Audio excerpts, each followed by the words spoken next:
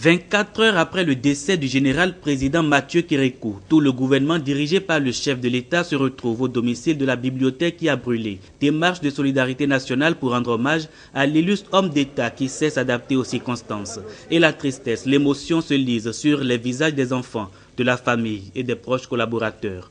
Lourde perte pour le Bénin et l'Afrique qui ont tant tiré de lui durant ses 30 ans de pouvoir. 30 années de règne au cours desquelles il a su faire glisser le pays de la dictature militaro-marxiste à la démocratie. Une capacité d'adaptation qui l'a positionné comme un homme providentiel et lui confère son surnom de caméléon. C'est en ce moment précis que les souvenirs se bousculent. Le chagrin étreint les enfants qui peuvent cependant compter sur un chef d'État, un gouvernement et un peuple en alerte derrière eux. Notre papa, à nous tous, le papa du Bénin, le papa de l'Afrique, nous a quittés et vous êtes là pour nous soutenir. Nous sommes là pour vous soutenir aussi. Je pense que c'est notre cause commune. Nous avons envie de dire, mes sœurs et moi, nous ne demandons aucune exclusive. Nous savons que la hauteur et l'œuvre de papa dépassent le cadre familial, ou du moins de sa famille biologique. Nous saurons être à notre place, jouer notre rôle, et tous les membres de notre famille, qu'ils soient de Kwarfa, qu'ils soient de Kotopunga, qu'ils soient de Natitengu, qu'ils soient de Ketu, de Save, qu'ils soient de Tchaourou, comme le président qui est notre grand frère, notre papa aussi, comme il nous l'a toujours dit. C'est notre deuil à nous tous. C'est ensemble que nous allons le porter, c'est ensemble que nous allons inhumer notre papa dans la dignité, dans la sobriété, comme il aime lui-même. En pareilles circonstances, les mots nous manquent. Mais je n'ai pas beaucoup à dire si ce n'est un témoignage de reconnaissance et de gratitude. Merci à tous ceux qui sont là. Merci à vous, Monsieur le Président de la République. Merci aux membres de votre gouvernement. Merci à tout le peuple béninois. Nous savons que tous ne pourront pas venir ici, même s'ils en ont le désir. Nous leur disons merci par anticipation. Nous leur demandons d'être en communion de prière pour papa et pour nous-mêmes. En 3 décennies et face au tumulte de la vie politique, le président Kérékou, en bon général, a toujours su évaluer les rapports de force et prendre les décisions qui sauvent et raffermissent l'unité nationale. Il en a donné l'exemple à la conférence nationale. En 3 décennies, il a impulsé sous sa gouvernance des réformes importantes qui font encore du Bénin un bon élève en matière de démocratie. L'héritage légué est sans conteste inépuisable, autant pour le Bénin que pour le continent. C'est d'ailleurs pourquoi les chefs d'État de la sous-région se sont empressés d'investir le président Boni Yayi, leur porte-voix, pour exprimer eux aussi leurs condoléances à la famille, au Bénin et au continent. Je l'exprime avec beaucoup de tristesse à m'adresser à vous en ce moment, puisque, comme je le dis, il s'agit d'un deuil qui vous frappe. Il s'agit aussi d'un deuil qui est partagé par tout le peuple béninois et la nation béninoise. J'irai plus loin en disant que je suis aussi porteur de ce message de condoléances de la part de mes chers collègues du continent qui ont appris cette information et qui n'ont pas manqué de me passer ce coup de fil pour me demander de vous transmettre leur message de condoléances. Ils sont de cœur avec le Bénin.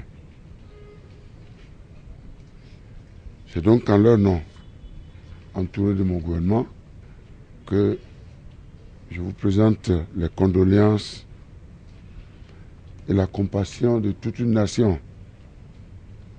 celle de la République, à notre chère maman Marguerite, à chacune et à chacun de vous. Et je mesure vraiment notre douleur, je ne dirais pas votre douleur, notre douleur en tous. Tant il est vrai que le président Kérékou est le président de tout un peuple, connu au-delà de nos frontières. Alors je vous demande au même moment de ne pas vous laisser abattre par le chagrin, car, comme j'ai eu à le dire hier, que le baobab, je dis bien le baobab, le grand baobab, notre cher président, il n'est pas mort. Le président Mathieu Kérékou n'est pas mort. Il est rentré dans l'immortalité à travers l'écho qui m'est parvenu de par le monde entier, les quatre coins de notre planète. Il était un grand homme d'État. Et encore une fois, ce deuil est porté par des millions de Béninois et des citoyens de ce monde. Je l'ai répété aussi hier, parce que j'avais eu ce redoutable devoir d'en informer l'humanité. Je disais que un des signes probants du destin exceptionnel du président Mathieu Kérékou, notre cher papa, est bien la communion, je dis bien la communion de la nature, quelques heures avant son départ, n'est-ce pas? Cette communion de la nature par cette pluie bienfaisante et rafraîchissante dont notre pays a été gratifié. Nous aurons l'occasion de dire ce que nous devons dire à l'endroit de notre président au cours des prochains jours qui marqueront cette période de deuil que nous portons. Mais d'ores et déjà, je voudrais dire que c'est sur des mots d'espoir que j'exhorte toute la famille Kérékou, et singulièrement notre chère maman Marguerite. Je n'oublie pas tout le peuple béninois au courage. Je dis bien au courage. J'invite tous mes chers compatriotes à s'approprier des qualités de notre cher président. Le président, tout le monde le sait bien, et la police en dirait autant. C'était évident que notre président était un grand patriote. Grand patriote, reconnu par sa simplicité. Chacun doit se faire une idée, ou se faire une idée du personnage.